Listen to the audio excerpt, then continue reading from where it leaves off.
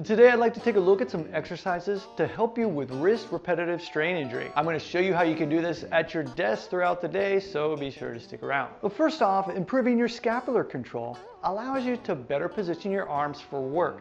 So we're actually going to start off with a movement that I call prone swimmers. I'll show you a version you can do at your desk after this one. Just as the name implies, we're going to start off in a prone position where we are lying on the ground on something comfortable. We're going to start off with our arms out above us, focusing on the fingers here. Now, if you take notice, I have my toes up. This is going to allow me to better engage the core and the rest of my body when I'm performing this movement. I'm going to start off with my forehead on the ground, but I'm going to pull my head slightly up off of the ground.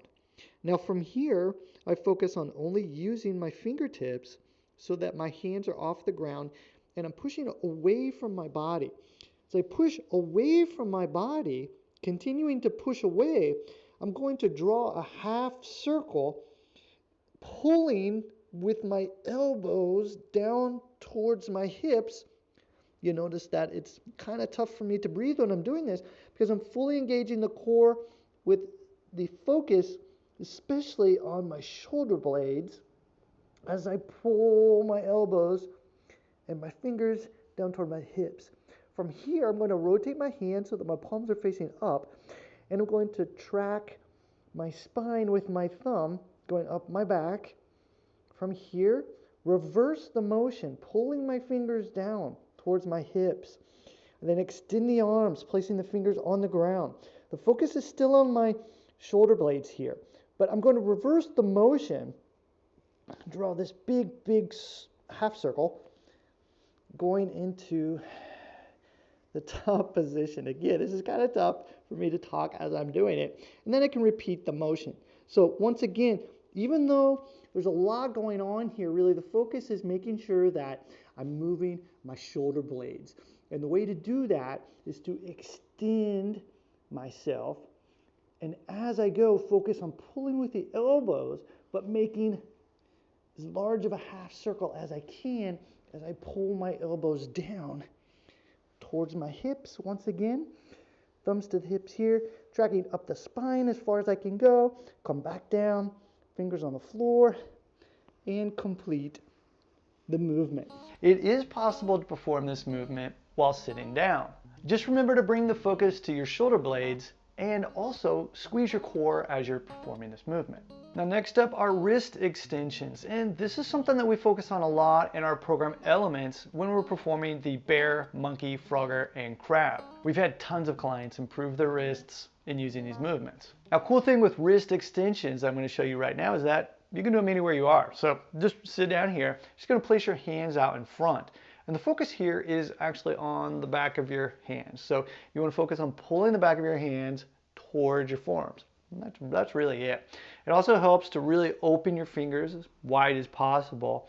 And when you're performing this, try not to let your arms move. So keep your elbows in. This is going to bring more focus onto the wrists and these wrist extensions. Of course, you can drop your hands to the front as far as possible, working full range of motion in these wrist extensions. Now, variation of this is where you actually load the hands, or I should say the wrists in this case. You're just going to use your desk for this. Placing your hands on the desk, again, making sure that you're splaying your fingers, keeping them wide here, and then you're going to push down and through and rotate your elbow pits so that they're facing forward. Now, when performing this, just keep pushing away from the desk. You're going to pulse forward 5 to 10 times. That last one, hold that in range for a count maybe 10 to 15, even 20 seconds, and you can perform a few repetitions of that. Now, if we're talking about wrist health, you gotta add in floppy wrists. Well, I know these look a little weird, okay, but they feel great. And you're gonna find that it's not just your wrists, but also your forearms that are going to be able to relax a bit. And that's really key thing here. So performing floppy wrists, even though it looks weird maybe, is going to be good for you. All right, I'm going to finish up with one extra movement for you. Simple wrist circles.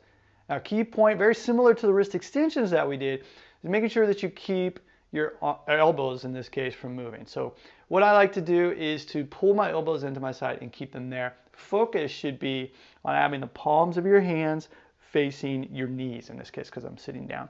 And we're going to perform these circles. There will be a tendency to want to open up here, but range of motion, nothing has changed here. So by keeping your palms facing down, you can really focus on improving that range of motion. You know, a couple repetitions in one direction, switch the direction, gradually work on increasing that range of motion. Try not to open your palms up to the ceiling. All right, so those are just a couple movements that can help you to prevent wrist repetitive strain injury. Maybe good to schedule in a break here and there throughout the day to remind yourself to do these movements. Be sure to check out our wrist article, also has some other videos in there, as well as our Elements program.